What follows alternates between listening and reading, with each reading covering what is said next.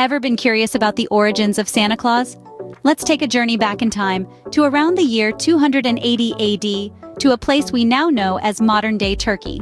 Here, in the city of Patara, near Myra, a man named Nicholas was born. Little did anyone know this man would become a significant figure in the story of Christmas. Nicholas, who would later be known as Saint Nicholas, was a Christian bishop revered for his piety and kindness. He was a man of deep faith and a heart that overflowed with compassion for those less fortunate. But it wasn't just his virtuous character that made him a figure of legend. It was his actions that truly set him apart. Among the many tales of Saint Nicholas's deeds, one in particular stands out. It tells of a poor man who had 3 daughters but could not afford dowries for them. In those times, without a dowry, a woman was unlikely to marry, and the family faced a bleak future. But then, something extraordinary happened. Saint Nicholas, upon hearing their plight, took it upon himself to help.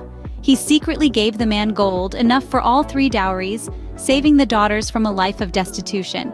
This act of secret gift-giving, this unconditional love for the needy, and his particular care for children, became the cornerstone of Saint Nicholas's legacy. What's more, it laid the groundwork for a legend that would cross oceans, evolve through centuries, and bring joy to millions. His deeds, his kindness, and his generosity resonated through the ages and started to shape the character that children around the world would grow to love. A character who embodies the spirit of giving, a character who comes bearing gifts under the cover of night, a character known today as Santa Claus. Thus, the generous Saint Nicholas laid the foundation for the Santa Claus we know today. As time went on, the legend of Saint Nicholas began to blend with local traditions. As the centuries rolled by, the figure of the kind bishop from Myra started taking on new identities in different parts of Europe. Nowhere was this transformation more evident than in the Netherlands. In this land of windmills and tulips, Saint Nicholas was affectionately known as Sinterklaas. This figure was not just a saint remembered in prayers and hymns, but a vibrant character who came alive every year on the eve of his feast day, the 6th of December. Sinterklaas was not a somber saint. Instead, he was a lively figure, full of mirth and cheer. He would arrive in towns and cities, a grand character parading through the streets, his robes billowing in the crisp winter air. But the most exciting part came as night fell. That's when Sinterklaas, much like our modern Santa Claus, would deliver gifts. These presents were not just found under a tree, but tucked into wooden shoes, left out by eager children. In the 17th century, this Dutch tradition crossed the Atlantic with immigrants seeking a new life in America. In this new land, Sinterklaas found himself in a melting pot of cultures and traditions. Here, he began to merge with figures from other folklore, taking on attributes from English, German, and other European Christmas traditions. This blending of traditions was the first step towards the creation of a character that would become a Christmas icon. The generous bishop from Myra, the lively Sinterklaas from the Netherlands, and a dash of New World innovation. All these elements were beginning to come together. The stage was set for the creation of a character that would embody the spirit of Christmas in a way no figure had done before.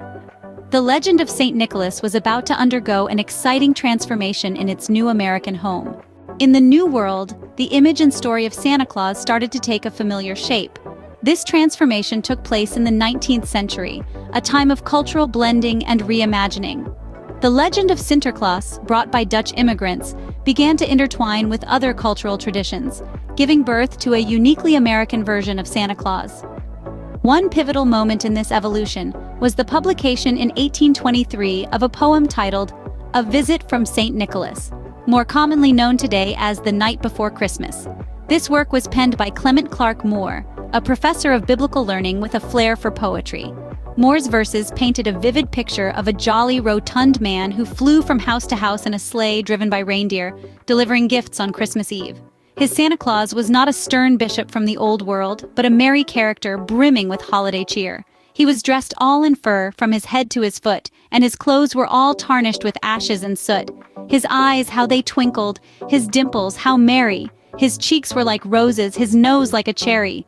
Moore's poem was widely circulated, and with each reading, the image of this delightful gift-giver took root in the American imagination. This version of Santa Claus was a departure from the stern and austere Bishop Saint Nicholas and the mischievous Sinterklaas. He was a symbol of warmth and joviality, a character children could look forward to meeting.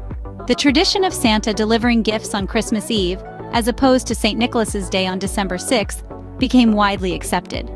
This poem was a significant milestone in the evolution of Santa Claus, but his image was about to become even more distinctive. The 19th century had more in store for this jolly character, forever shaping the way we perceive Santa Claus today.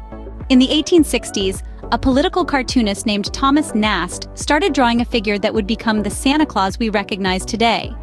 Nast, known for his political satire in Harper's Weekly, turned his attention to the Christmas season, crafting an image of Santa that was both familiar and novel.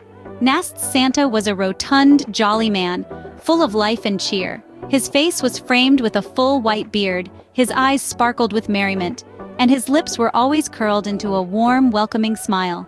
Dressed in a red suit trimmed with white fur, Nast's Santa was a figure of comfort and joy, an embodiment of the holiday spirit. But Nast's contribution to the Santa legend goes beyond the physical appearance. He also expanded on Santa's lore. He was the one who introduced the concept of Santa's workshop at the North Pole, where an army of elves tirelessly crafted toys for children around the world. He also gave us the notion of Santa's naughty and nice list, adding a moral dimension to the character. What made Nast's illustrations so impactful was how they resonated with the public. His drawings were widely circulated, appearing in homes across America.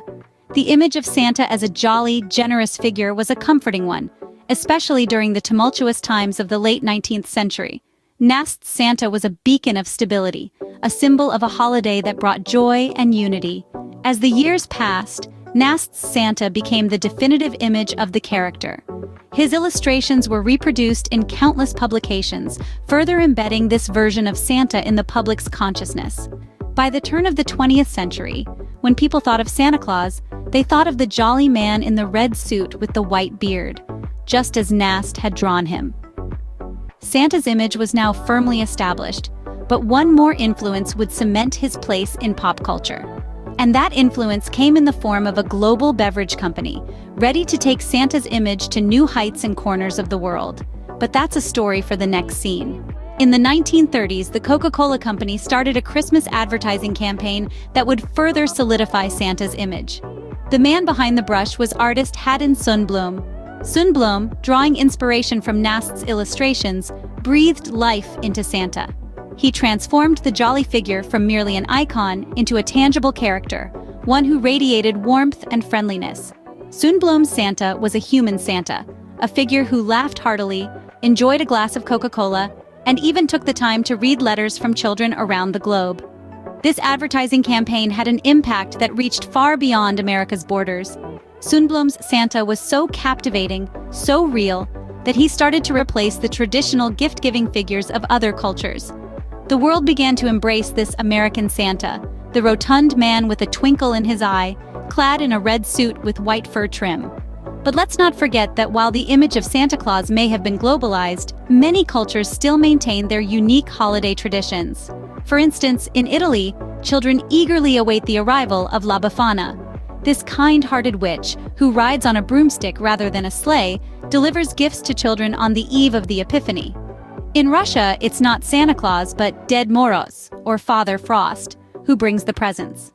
Accompanied by his granddaughter Snegorochka, Ded Moroz travels in a traditional Russian troika, a sleigh drawn by 3 horses. These variations of Santa Claus highlight the diversity of holiday traditions around the world. They remind us that while we may visualize Santa Claus differently, the essence of this beloved figure remains the same.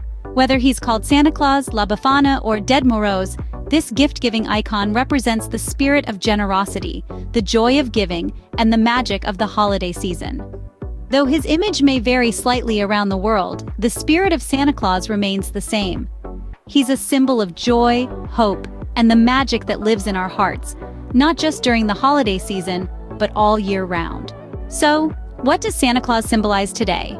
Beyond the red suit and the jolly laughter, Santa Claus stands as an emblem of hope, generosity, and the joy that pervades the Christmas season. He is a universal symbol that embodies the act of giving without expecting anything in return. This sentiment, deeply rooted in our collective consciousness, resonates strongly with the core values of many cultures and religions worldwide. It reminds us of the very essence of humanity: to love, to give, to share, and to bring joy to others. Santa Claus, in his own magical way, encourages us to embody these virtues, not just during Christmas but throughout the year. From a 4th century saint to a global icon, Santa Claus truly represents a fusion of traditions and the evolution of a character that transcends geographical and cultural boundaries. Thank you for joining us on this journey from St. Nicholas to Santa Claus. We hope you've enjoyed learning about the transformation of this iconic figure and his symbolism in our society. Now we want to hear from you.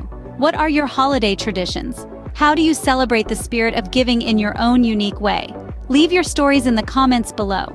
We love hearing from our viewers. If you enjoyed this video, don't forget to subscribe to our channel for more fascinating insights into history, culture, and beyond. Remember, the spirit of Santa Claus is in all of us, so embrace the joy, spread the love, and keep the magic alive. Happy holidays!